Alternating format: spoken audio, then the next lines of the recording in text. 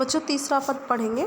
लहराते हुए खेत रगों में हुआ बेदखल, वह अब जिनसे हंसती थी उसके जीवन की हरियाणी जिनके तृण तृण से।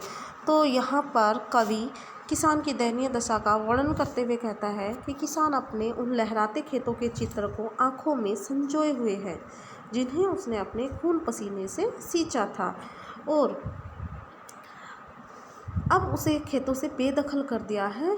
यानी कि जो ज़मींदार थे, अर्थात जो ज़मींदारों ने उसके खेतों को उससे छीन लिया है। केवल उसकी आंखों में निराशा का भाव दिखाई देता है। हंसती थी उसके जीवन की हरियाली जिनके तृण तृण से, तृण तृण तिनके तिनके, यानी कि उसके खेत में जब फसलें लहराती हुई, यानी कि हरी हरी लहराती हुई दिखती थी, तो वही किसान के जीवन का आधार था, और उसी के कारण किसान के जीवन में हंसती खेलती एक दुनिया रची बसी हुई थी। लेकिन अब ऐसा नहीं है। यह सब कारिंदों ने, यानी कि ज़मींदार ने किसान को उसके खेत से बेदखल कर दिया है और उसे अत्यधिक पीड़ा पहुंचाई है।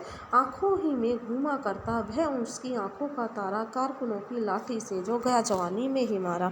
आँखों में कि यहाँ पर कवि किसान के बेटे के बारे में बताता है कि किसान का एक बेटा था जो उसकी आंखों का तारा था।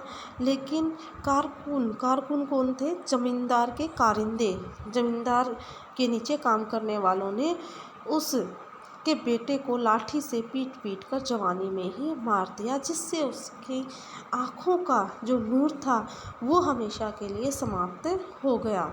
इससे उसके जीवन में और भी अधिक कठिनाइयाँ आ गई। आज अपने बेटे की तस्वीर है किसान की सूनी एवं दुख भरी आँखों में छिपी हुई है, और अपने मरे हुए बेटे को किसान याद करता है, जिससे उसकी आँखों में दुख और भी अधिक गहरा हो जाता है।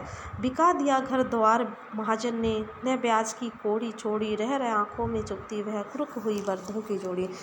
महाजन ने बिका दिया घर द्वार, जमींदार ने और महाजनों ने मिलकर किसान के परिवार को बिकवा दिया, किसान के घर को बिकवा दिया, और यहाँ तक कि उन्होंने अपने ब्याज की कोड़ी भी नहीं छोड़ी। अर्थात उन्होंने संपूर्ण ऋण उससे, किसान से वसूल कर लिया। रह आँखों में चुभती कुरुक हुई बरदों की जोड़ी, कुरुक हुई मतलब बिकवा दी। किसान के पास उसकी आजीविका के लिए मात्र एक ही साधन था, वह था क्या? बैलों की जोड़ी, जिससे वह जोत कर अपने जीवन का निर्वाह करता था। लेकिन उस महाजन ने उस बरदों की, यानी कि उन बैलों की जोड़ी को भी बिकवा दिया। उजरी उसके सिवा किसे कब पास दुहाने आने देती। उजरी यहाँ पर सफ़ेद, मतलब सफ़ेद गाय है किसान के पास है। जो सफ़ेद गाय है किसान को दूध देती है, लेकिन वह किसान के सिवाय किसी और को दूध नहीं देती थी, न ही उसको पास में आने देती थी। यानी किसान की वह प्रिय थी। वह आँखों में नाचा करती उजड़ गई सुख की खेती, और किसान को अपनी सफ़ेद गाय से बहुत ही अधिक लगाव था, और गाय भी किसान से बहुत अधिक प्यार करती थी। वह किसान के अतिरिक्त किसी और को दूध नहीं